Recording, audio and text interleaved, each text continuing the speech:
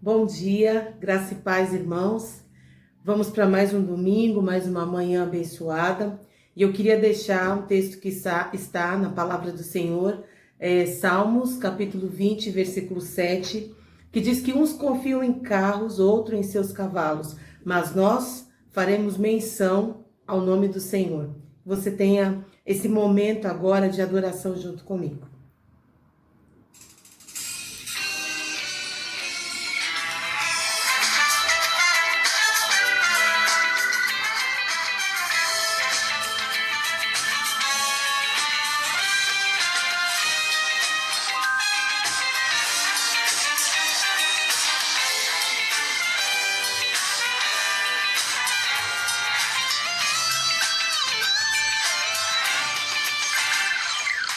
Tudo que Jesus conquistou na cruz é direito nosso, é nossa herança. Todas as bênçãos de Deus para nós, tomamos posse, é nossa herança. Toda a vida, todo o poder e tudo que Deus tem para dar, abrimos nossas vidas para receber. Nada mais nos resistirá. Maior é o que está em nós do que o que está no mundo. Maior é o que está em nós do que o que está no mundo.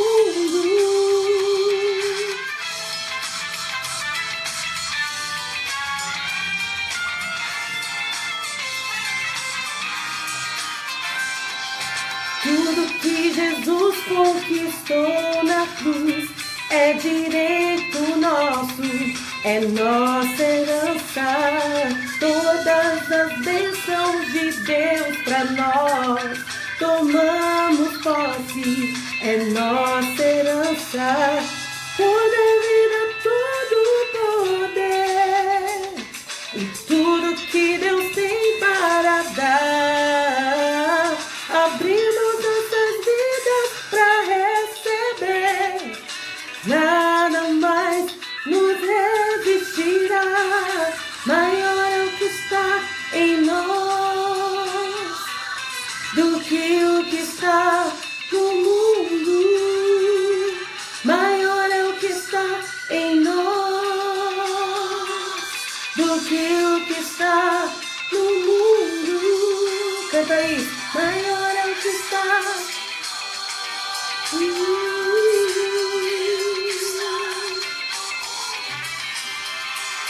Maior é o que está em nós do que o que está no mundo. Maior é o que está em nós do que o que está no mundo. Maior é o que está em nós do que o que está no mundo. Maior é o que está em nós do que o que está no mundo. Maior é o que está em nós do que o que está no mundo. Ah, nós cremos dessa maneira mesmo. Aleluia. Nós podemos dizer que Ele é o nosso Deus todos os dias. Ele é o princípio e o fim. Todas as coisas estão nele, vem dele, é por Ele. Aleluia.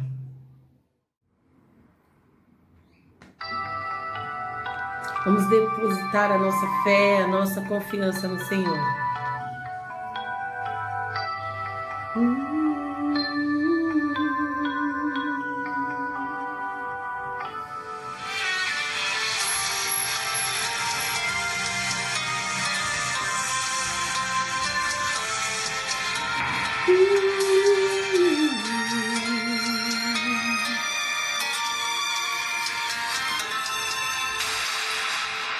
Só a solução.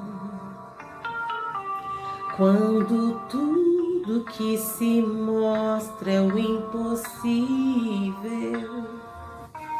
só quem crê num Deus fiel saberá, não é em vão a espera do milagre. Se por acaso eu me cansar, ainda haverá forças pra clamar, paciência pra esperar, e no tempo certo eu sei que Deus vai me alcançar, e asas de águia me trará, e voarei mais alto que a adversidade, e cantarei, valeu a pena esperar. O Deus que me renova é o Deus que está sentado no mais alto trono, sublime trono, esperando a hora certa pra me abençoar.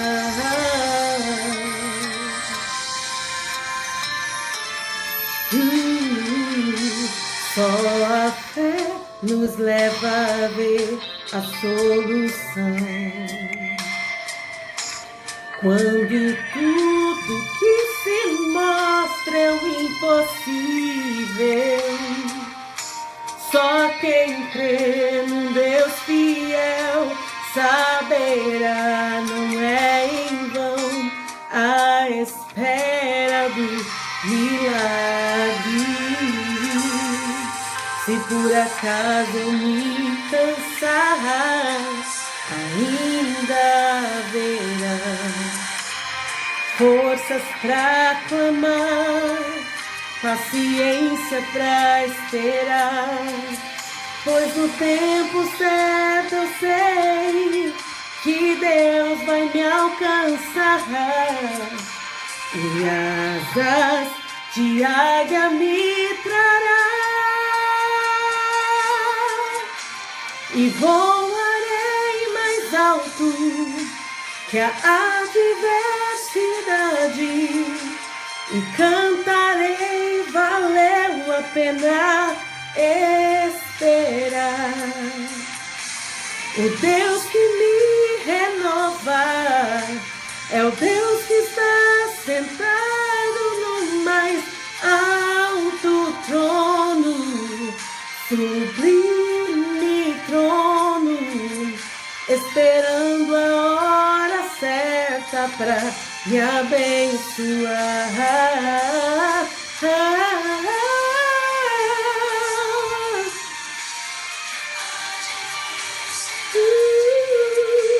E cantarei, valeu a pena esperar.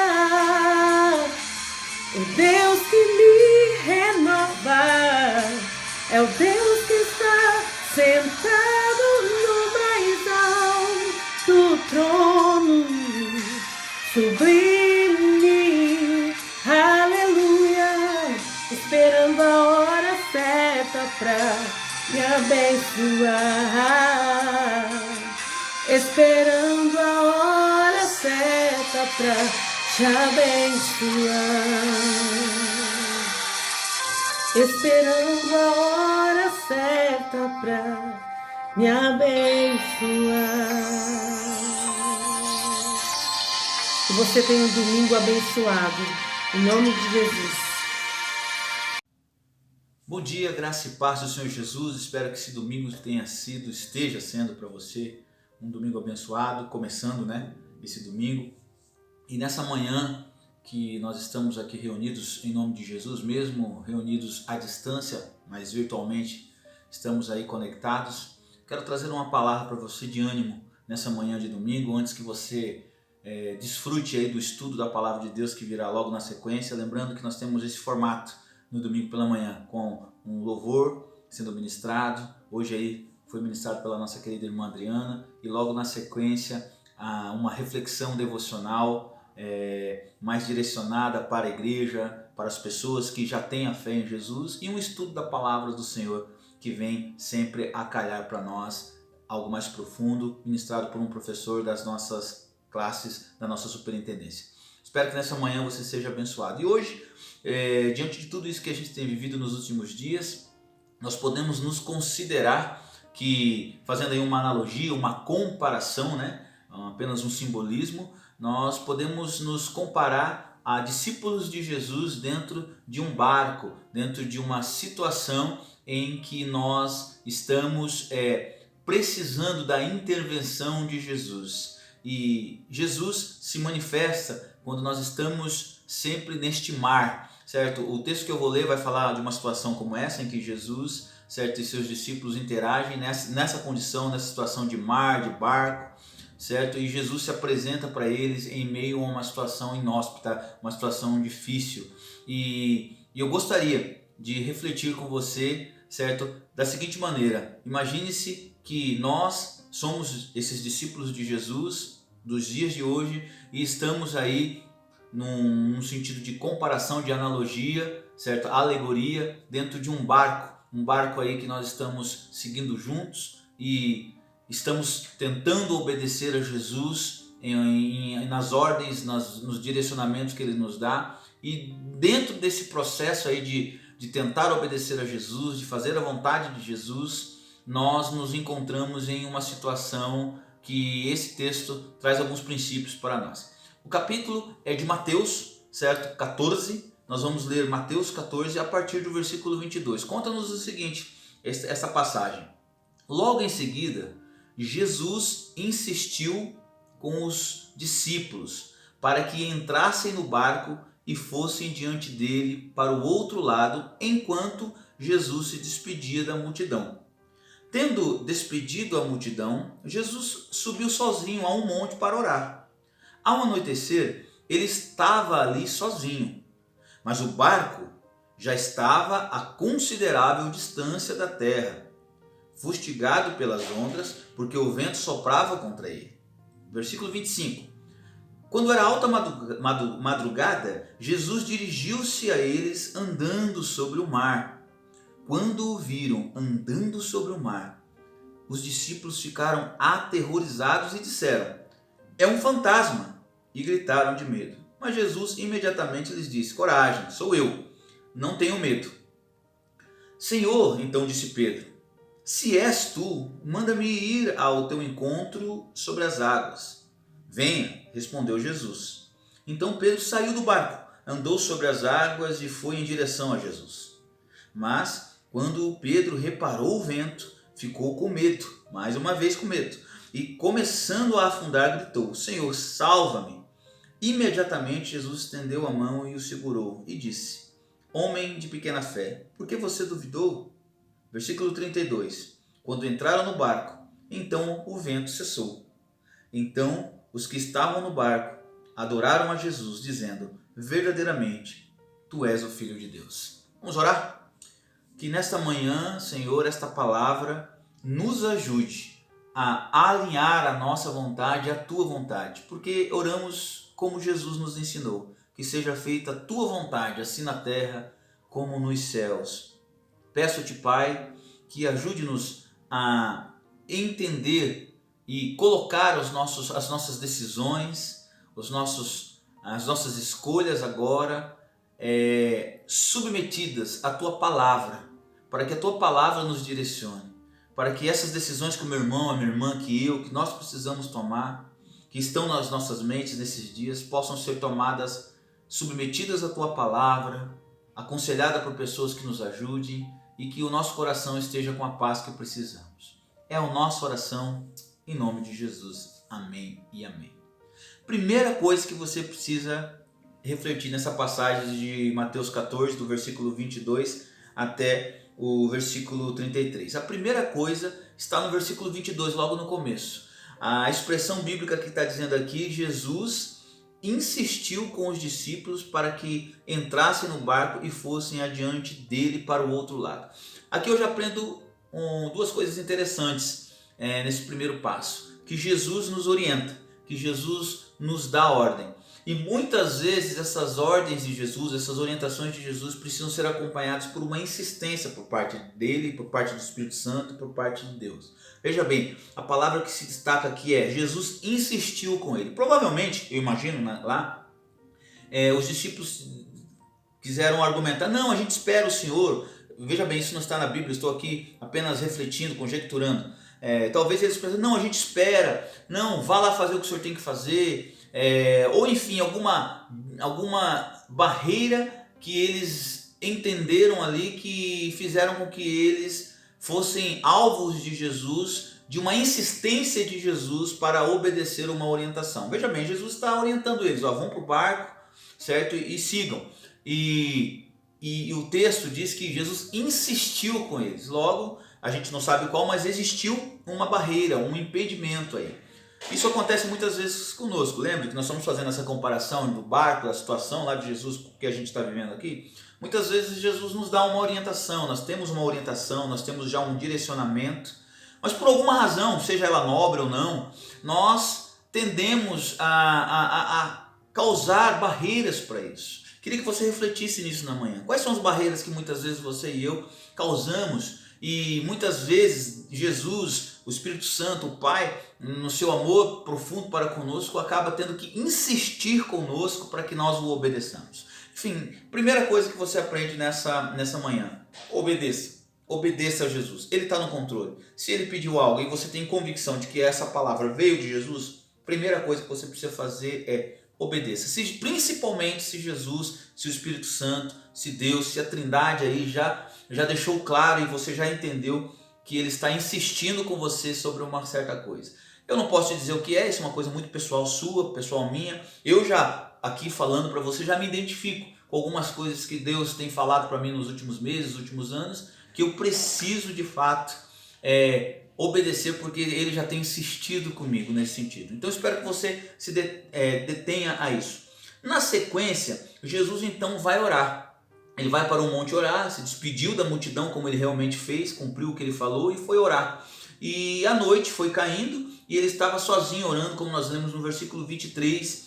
E no versículo 24 vai vir a expressão de que o barco já estava longe, certo? Ele já estava a considerável distância. Só que ele não estava apenas longe, ele estava fustigado, ele estava acometido de ventos, ele já estava sendo alvo, certo, de ventos fortes contra ele, contra aquela situação. O versículo 25 vai dizer o versículo 24 vai dizer que além de eles estarem distantes de Jesus, da terra de onde eles estavam, as ondas e o vento já estavam se deparando contra aquele mar. Veja bem, aqui nós já aprendemos mais uma outra coisa. Muitas vezes Jesus permite que nós nos afastemos um pouco. Veja bem, deixa eu deixar bem claro aqui. Jesus, ele é onipresente, Deus é onipresente, o Espírito Santo é onipresente, ele sempre vai estar presente com a gente. Mas aqui, nesse caso aqui literal, Jesus se afastou para orar, para um outro propósito, e os discípulos se afastaram dele. Não se afastaram por causa de pecado, não estavam desviados, não é isso que o texto está dizendo. Se afastaram porque Jesus permitiu que eles ficassem a sós por um tempo, por um momento. Muitas vezes isso, agora aplicando para nós, acontece. Muitas vezes Jesus, o Espírito Santo, Deus, permite que caminhemos sozinhos. Quando eu digo sozinho, não é que ele não está presente, porque ele não pode negar essa onipresença dele. É no sentido de tomarmos decisões, de fazermos coisas ou continuar a tomar decisões em cima daquilo que foi uma orientação de Jesus, que foi aqui o caso. Nós estamos ali, certo, sós, entre aspas, certo, sem aparente presença física de Jesus, contando com que as situações que estamos vivendo ali sejam permissões de Jesus. E essas coisas que acontecem muitas vezes não são coisas boas. No caso aqui, ventos, ondas que vêm contra a gente, o nosso barco, a nossa jornada de travessia. Mas nós precisamos entender uma coisa. Nós estamos ali naquela situação por obediência. Jesus mandou que nós seguíssemos à frente. Certo? Que ele estava outorgando isso, estava autorizando a nossa ida à frente. Mas isso não quer dizer que nós não seremos cometidos por dificuldades e lutas, que é o que nós estamos vivendo hoje. Hoje nós estamos aqui, certo, vivendo, obedecendo ou buscando obedecer a Jesus dentro de nosso barco, dentro dessa tempestade que se chama pandemia, essa recessão que está à porta, enfim, essas situações que estamos vivendo, essa angústia, essa ansiedade de querer voltar e tudo mais. E essas coisas podem representar aí as ondas, os ventos que estão soprando contra nós. E nós, certo, nos esquecemos nesse momento, lembra-se que eu já falei algumas vezes, que muitas vezes a gente, em um momento de dificuldade, de tempestade, a gente não consegue raciocinar direito. E nós nos esquecemos daquilo que temos que fazer e daquilo que Jesus já prometeu para nós. Então ele disse que estaria conosco todos os dias, ele disse que teríamos tribulação, mas que para nós ficarmos em paz, ele disse para nós lançarmos a nossa ansiedade diante dele, para nós colocarmos as nossas angústias diante dele, ele disse para nós descansarmos no Senhor, aprender dele que é manso e humilde. Mas no momento da tribulação parece que essas coisas desaparecem, pelo menos das nossas emoções, talvez fiquem nas nossas, a gente saiba aqui no racional, mas nós não conseguimos sentir essa segurança. São as ondas, são os ventos soprando contra nós. É neste momento que nós precisamos tomar cuidado para não acontecer o que vai acontecer aqui na sequência. Jesus, então, olha só, apresenta-se para eles no versículo 25, durante a madrugada, certo? Vem em direção deles, e quando, por eles estarem diante de uma situação de tempestade, que já de situação de onda, de vento, que já trouxe para eles, certo, essa angústia, esse medo, eles não conseguem identificar a presença de Jesus. Preste atenção. Talvez você e eu sejamos assim. Estamos angustiados por esses ventos, essas ondas, dos problemas que estamos vivendo de recessão iminente, de pandemia, de quarentena, de ansiedade, de angústia, de desemprego, enfim, essas situações que você está vivendo, que se desdobram, enfermidade, enfim, isso que você está vivendo aí. E por estarmos aí, nós não conseguimos perceber Jesus vindo em nossa direção. Nós obedecemos até, ou tentamos obedecer a Jesus. Estamos conscientes, racionalmente, de que Jesus estará conosco na tempestade, mas em meio à tempestade a gente não consegue reconhecer a Jesus. Isso se dá devido ao fato de que a ansiedade da situação gera em nós incredulidade. Lembra que várias vezes eu já falei isso nas minhas ministrações, que a ansiedade gera incredulidade? E nós não conseguimos perceber, identificar a Jesus, que está vindo em nossa direção, que está conosco, que promete e cumpre aquilo tudo que ele sempre falou de estar conosco. Então ele vem. Só que olha só a reação dos discípulos, mais uma vez aterrorizados, versículo 26, eles gritam, é um fantasma. Aqui prova o quão a situação os afogou, o quão a luta fez com que eles se cegassem. Eles não conseguiram reconhecer o seu Senhor ali. Por quê? Porque diante dos ventos, das ondas, do medo, eles não conseguiram perceber, ofuscou a Jesus. E eles, não Jesus, mas eles não perceberam a Jesus. E eles acusaram, é um fantasma.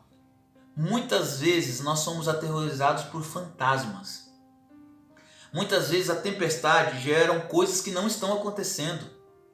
A gente começa a pensar em coisas que não estão acontecendo. A gente potencializa as coisas, a gente aumenta a carga.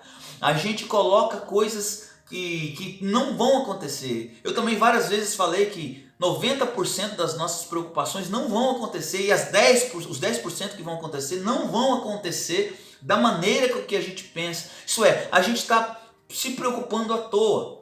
E aí a gente começa a criar fantasmas. Vai acontecer isso, eu não vou conseguir, vai acontecer aquilo e tal. Mas deixa eu te dizer uma coisa óbvia. Fantasmas não existem. Isso é tão forte que Jesus não perde tempo explicando para aqueles discípulos. Olha, fantasma não existe. Ele simplesmente, com a sua voz diz, coragem, calma, sou eu. Você e eu precisamos agora, nesse momento, acalma teu coração. E Jesus está dizendo para você agora, através da escritura que acabamos de ler. Ele está dizendo para você agora, diante dessa angústia que você está vivendo, diante desse problema que você está vivendo, desses medos, desses fantasmas que você está criando, que é você que está criando, que nós estamos criando. Eles não existem. Jesus está dizendo, coragem, calma, eu estou com você, sou eu. Você acredita em quem agora? Nos fantasmas que não existem? Na incredulidade do teu coração? Ou na voz de Jesus que está dizendo agora para você, calma, sou eu. Eu, pela fé, e com a certeza dessa fé, e pela esperança, prefiro decidir nessa manhã, confiar em Jesus, na voz de Jesus. E você? Em quem vai confiar? Aí então, se você decidir confiar em Jesus, saiba que não basta apenas declarar isso. Porque mesmo assim, mesmo depois de Jesus ter dito que era ele, Pedro, manifesta que, mesmo Jesus dizendo que era ele, manifesta dúvidas, manifesta incredulidade. Versículo 28, Pedro, depois de Jesus ter dito que era Jesus, que não era um fantasma, Pedro diz para Jesus, se realmente, olha só, se és tu, então manda-me ir ao teu encontro. A dúvida ainda estava no coração daqueles discípulos. E ela é manifestada através do porta-voz, Pedro. Jesus, longânimo, misericordioso, então permite. Então venha. Veja bem, preste bem atenção. A dúvida muitas vezes nos coloca em mais risco do que estávamos. Talvez se Pedro tivesse confiado, falado, é Jesus, é realmente a voz dele. Ali mesmo, Jesus já acalmava a tempestade, já acalmaria tudo e trazia tudo e se aproximaria dele. Mas quando há dúvidas, quando há incredulidade, Jesus vai permitir que sejamos expostos a mais provas. Não por castigo, presta atenção, ele não está castigando você, ele não vai nos castigar, ele está permitindo para nos ensinar, porque ele ainda detectou incredulidade, porque Pedro no versículo 28 está dizendo, se você realmente é Jesus, permita-me, tá bom, então que seja feito assim, vamos lá, venha. Então ele vem, e ele começa a caminhar sobre as águas, e aí ele já entra no campo do sobrenatural. Lembre-se, o sobrenatural requer, para você viver nele, que você esteja alinhado a Jesus, focado em Jesus. Porque senão, mesmo no sobrenatural, mesmo vivendo o fato de estar andando sobre as águas, reconhecendo o sobrenatural, as ondas e os ventos, mesmo assim, te causarão mal, que foi o que aconteceu com Pedro. Mesmo vivendo o sobrenatural, mesmo andando sobre as águas, ele ainda assim, meus irmãos, olha só, ainda assim deixou que as ondas e os ventos tomassem conta daquilo. E ele começou a afundar. Versículo 30 está dizendo isso, que Pedro de novo teve medo e começou a afundar. E ele então diz, salva-me, Senhor. Jesus então estende a mão. Levantam, eles vão para o barco. A hora que eles entram no barco, a tempestade se acalma, eles adoram a Jesus. E Jesus então conclui esse ensinamento. E ele conclui para nós nessa manhã dizendo o seguinte, se você está na tempestade, se você está vivendo o sobrenatural de Deus, confia no Senhor. Confia no Senhor porque Ele quer acalmar essa tempestade e trazer paz para nós.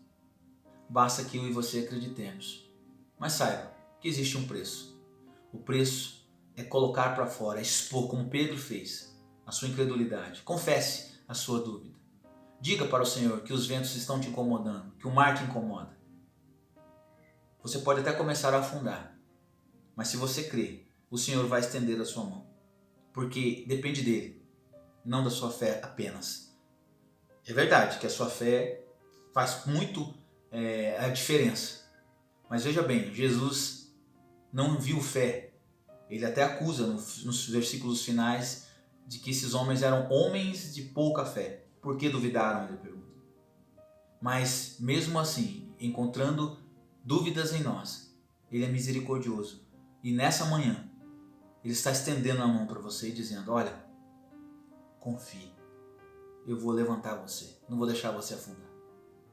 E faça como os discípulos, depois de reconhecer isso, adore-o agora, em nome de Jesus. Que Deus te abençoe, espero que essa palavra tenha edificado o teu coração. Vamos agora para o estudo e que Deus abençoe a tua vida, amém? Paz!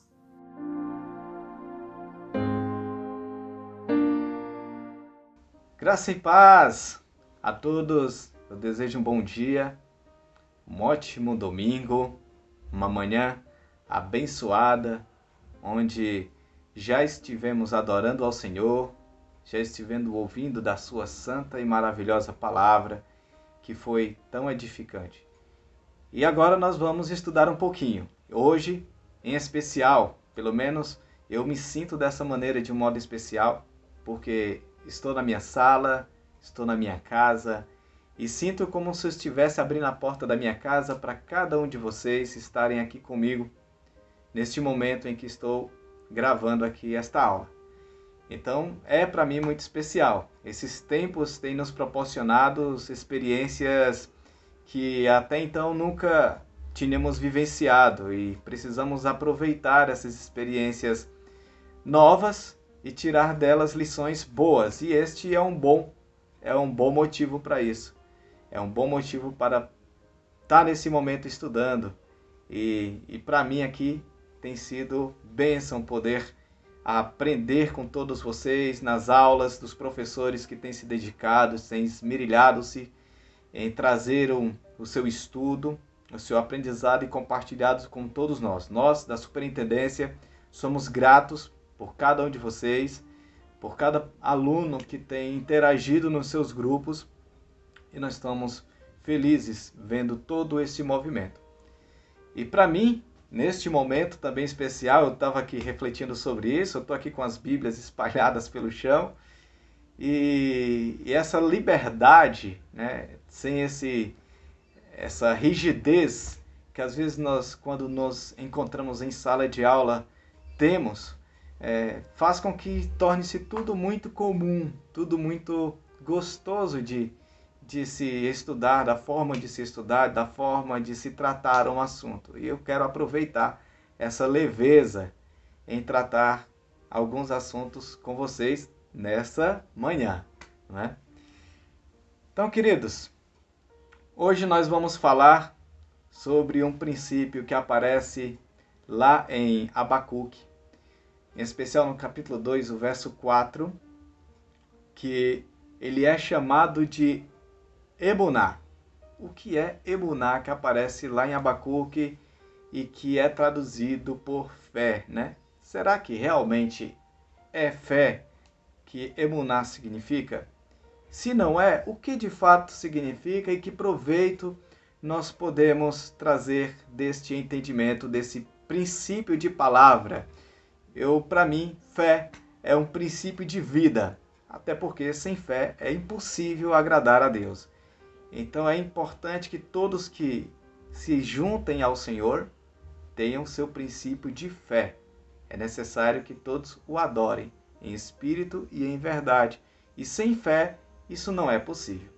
Mas vamos entender esse princípio que aparece lá em Abacuque, no capítulo 2, e vermos o que a palavra de Deus nos diz, para que nós possamos assim tomar início da nossa aula sobre esse princípio chamado Emuná.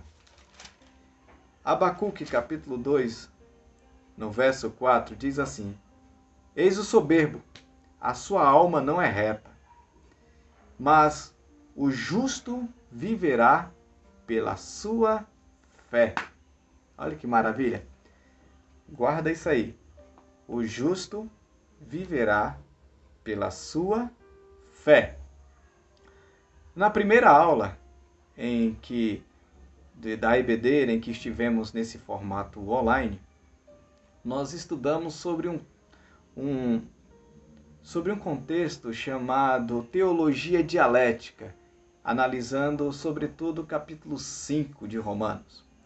E nós víamos que nós somos justificados. Jesus nos justificou. Por que somos justos? Porque somos justificados. Alguém pagou o preço que nós não poderíamos pagar e por isso a justificativa da salvação é por conta do sacrifício perfeito de Jesus Cristo. Isso é compreendido, né? Mas aqui em Abacuque, capítulo 2, no verso 4, ele diz que o justo viverá pela sua fé.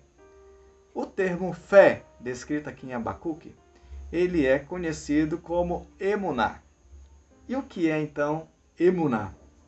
Emuná tem por seu significado a firmeza, fidelidade e estabilidade. Esses três princípios, firmeza, fidelidade e estabilidade, compõem a genealogia da palavra emuná, que no hebraico traduz aqui no hebreu, em Abacuque, como fé. Onde nós podemos aplicar esta palavra, ou esses três conceitos? Firmeza, fidelidade e estabilidade, num contexto de fé descrito aqui em Abacuque, cujo diz: o justo viverá pela sua fé, ou seja, aquele que é justificado por Jesus Cristo viverá pela sua fé. Vamos analisar então? Se nós abrirmos as nossas Bíblias, e eu convido você a fazer isso, a abrir a sua Bíblia em Hebreus, capítulo 10, no verso 38, nós vamos começar a compreender esses princípios de conceitos, que é a firmeza, fidelidade e estabilidade na aplicação do emuná, na aplicação desse conceito emuná, quando é colocado como fé em Abacuque, capítulo 2, do verso 4. Deixa eu pegar minha Bíblia. Hebreus 10, no verso 38, diz assim: mas o justo viverá pela fé, e se ele recuar, a minha alma não tem prazer nele. Olha só que situação. O justo viverá pela fé, mas se ele recuar, a minha alma não terá prazer nele. Aqui o autor de Hebreus, ele já vinha falando, já vinha tratando textos anteriores sobre esse conceito. Vamos lá, vamos recapitular? Emuná significa firmeza, fidelidade e estabilidade. Vamos usar o primeiro, firmeza.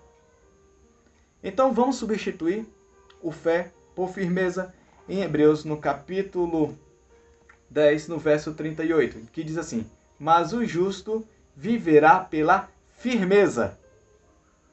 Olha só, em Abacuque, se fôssemos substituir também por firmeza, ficaria assim: mas o justo viverá por sua firmeza. Olha que princípio interessante.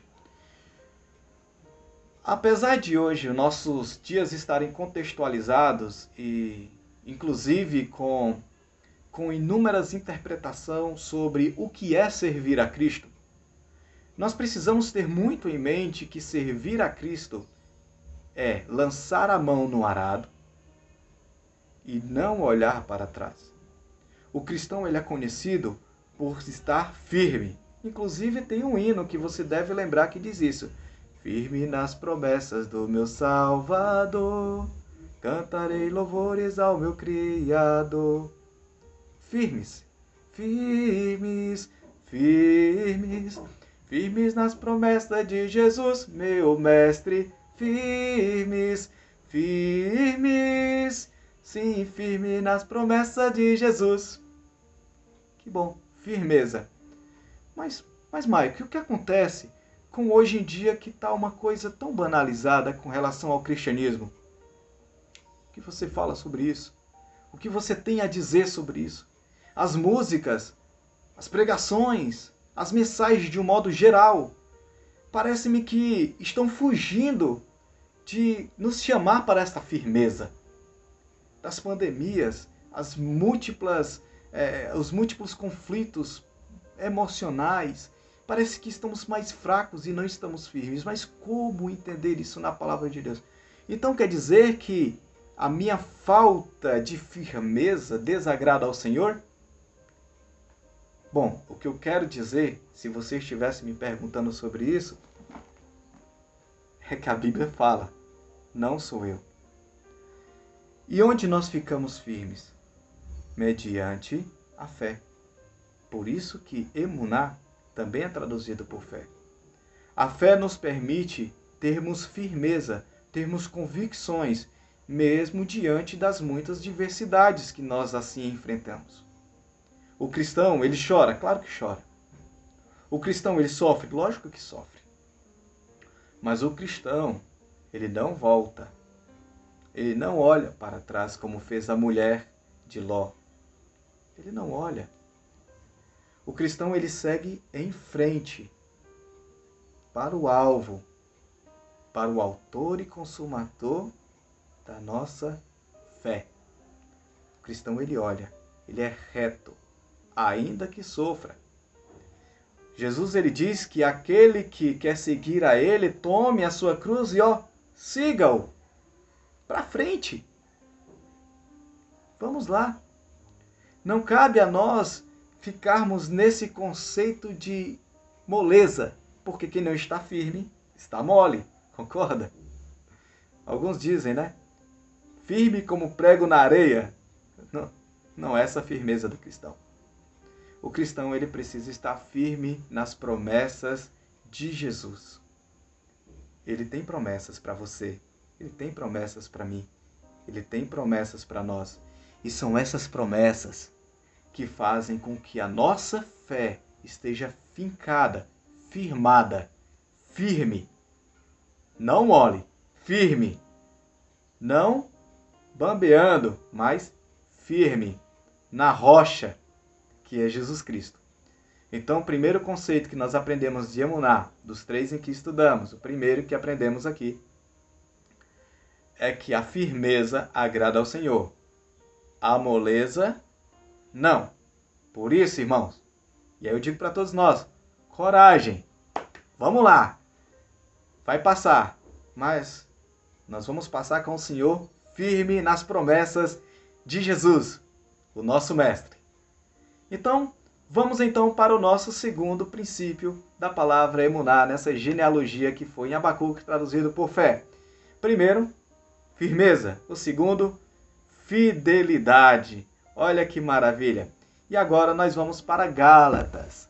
Gálatas, capítulo 2, o verso 20. Diz assim. Gálatas, capítulo 2, verso 20.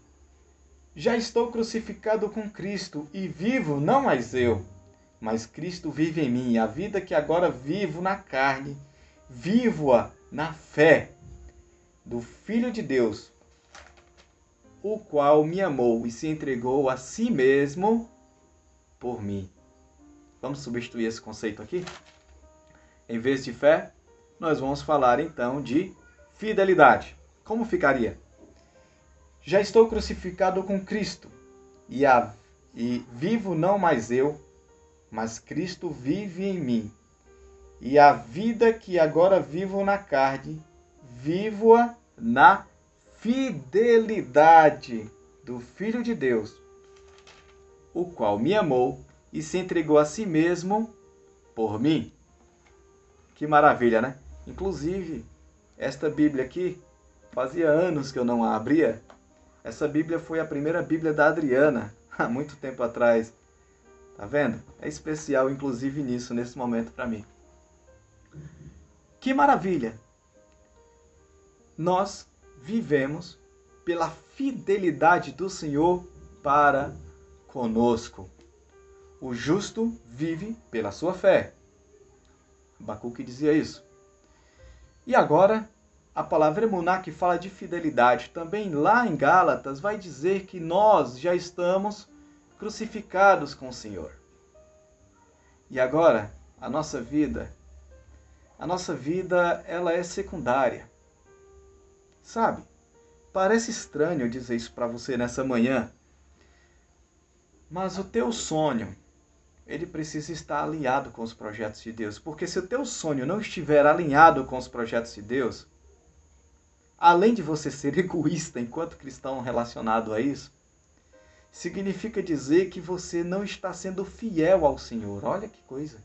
Maico, que é isso? Eu não estou sendo fiel com o Senhor? Sim, você ou eu. Se o nosso projeto, se a nossa vida não estiver alinhada com o Senhor.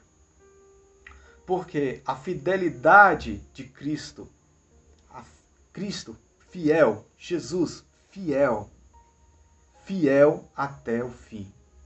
Jesus, por sua fidelidade, comprou-nos, resgatou-nos. Que maravilha! Pela fidelidade dele. Uma das frases de para-choque de caminhão dizia: Deus é fiel. Mas e nós somos? E a nossa fidelidade com ele? Começa onde e termina onde? Eu sou fiel ao Senhor até... Aqui? É isso. Eu sou fiel ao Senhor até enquanto os meus sonhos continuam vivos. Aquele sonho, sabe, não se realizou, então não é assim. Então eu acho que tudo que eu acredito, que eu acreditei, eu começo a ter dúvidas, eu começo a duvidar.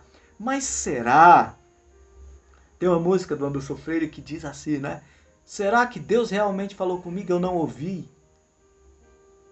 Será? Será? Será que eu estou seguindo? Será que eu estou vivendo segundo os projetos de Deus para minha vida? Porque veja bem, eu não tenho um bom emprego. Eu não ganho tanto, eu não estou na multinacional. E será que isso daí... Porque hoje essa é a moda, não é, queridos? É os coach da vida, né? Os coach da vida.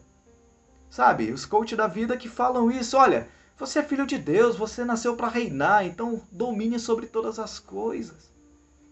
E aí você se vê numa situação, às vezes, que você está desempregado. E você diz, mas Deus é fiel e será que eu estou infiel porque eu estou desempregado? Que julgo, né, meu irmão? Pesado isso daí, né? É pesado. Mas eu quero te dizer, para vocês, para todos nós, para mim, inclusive, porque eu quero dizer desde já que esta aula, ela não é uma aula preparadinha, lida, mas eu estou transmitindo para vocês aquilo que o Espírito Santo fala ao meu coração, ó, de bate pronto, sem preso em tantos materiais. Não é uma crítica, tá? Mas é que às vezes nos falta ter esse papo mais direto. E eu estou aqui, olha, eu estou em casa e eu acredito que essa é uma forma bem livre de conversarmos sobre isso. Queridos, a fidelidade do Senhor, ela é eterna. E o Senhor não muda. Ele não erra, ele não falha. Se você sente que você não está sendo fiel ao Senhor, esse é o Espírito Santo colocando ao seu coração, no relacionamento que você tem com Ele. Não cabe a mim, não cabe a ninguém dizer se você é ou não é fiel ao Senhor. No entanto, nós vimos aqui que por conta de sua fidelidade, Ele se entregou por nós. E o que nós temos feito por Ele? O que Ele espera de nós? Será que Ele espera de nós aquilo que você ou eu esperamos de nós mesmos? Como é que eu sei disso? Relacionamentos. Pergunta a Ele. Porque Ele dá a todos o que pede. É fé. Ele dá. Está com falta de fé? Peça a Ele. Está com falta de entendimento? Peça a Ele. Quer saber se você está fiel ou não a Ele? Fala com Ele. Pergunta a Ele. Se relaciona com Ele. Quantas das vezes esse local aqui, nessa posição, foi o momento dos meus diálogos com o Senhor? Adriana, Miguel dormindo na madrugada e eu estou aqui, sentado, conversando com Ele. Assim como você está na sua casa. Fidelidade. Emuná, a palavra fé, tem como princípio fidelidade. Seja fiel ao Senhor. Seja fiel ao Senhor em tudo que está em sua vida. Seja fiel ao Senhor com as suas convicções, com os seus sonhos. Não é errado você querer ser próspero no que se refere a riquezas. É errado é quando você pensa que a tua prosperidade vai te separar do Senhor. Guarda isso no teu peito. errado é estar distante do Senhor. Se você está próximo dele, é porque você está no propósito dele. Guarda isso. Terceira e último princípio, para terminarmos a nossa aula, com relação a emuná, descrito lá em Abacuque 2:4. Se trata da estabilidade. Lembram? Firmeza, fidelidade e estabilidade. Vamos de novo aqui meditarmos no mesmo livro de Gálatas. Agora nós vamos para o capítulo 3 e o verso 26, que fala assim, olha: porque todos sois filhos de Deus pela fé em Cristo Jesus. Vamos mudar a chave, mudar a fé para a estabilidade. Porque todos sois filhos de Deus pela estabilidade em Cristo Jesus. Eu estou pensando aqui, vamos lá. João diz que, no seu capítulo 1, que todos nós fomos feitos filhos de Deus, porque cremos no nome, porque cremos no unigênito, Jesus Cristo. E porque nós cremos nele, nós somos feitos seus filhos. Filhos por adoção, João diz isso. Estou aqui parafraseando. Também de modo de parafrasear a Bíblia, em Romanos 8, do 35 ao 39, o autor ele diz que nem o alto, nem o baixo, nem as profundezas, nem a morte, nem a vida, nada pode nos separar do amor de Cristo. Olha a estabilidade. Quer mais uma? Vamos lá. João capítulo 10, do verso 28 ao 29, Jesus ele disse que ninguém pode arrebatá-los, ou nos arrebatá-lo de suas mãos. Ninguém pode nos tirá-lo de suas mãos. Isso é estabilidade. Estar com o Senhor é estar em estabilidade. É o barco balançando, mas você firme, mas você confiante, ou seja, na fidelidade, você na estabilidade. O Senhor, ele não é instável, ele é estável. O Senhor não muda. E por que ele não muda? Porque ele é Deus. E ele tem prazer em te abençoar e em me abençoar. Guarda isso no teu coração. A instabilidade é sua. A estabilidade é do Senhor. Quando você e eu estamos no Senhor, nós estamos estáveis.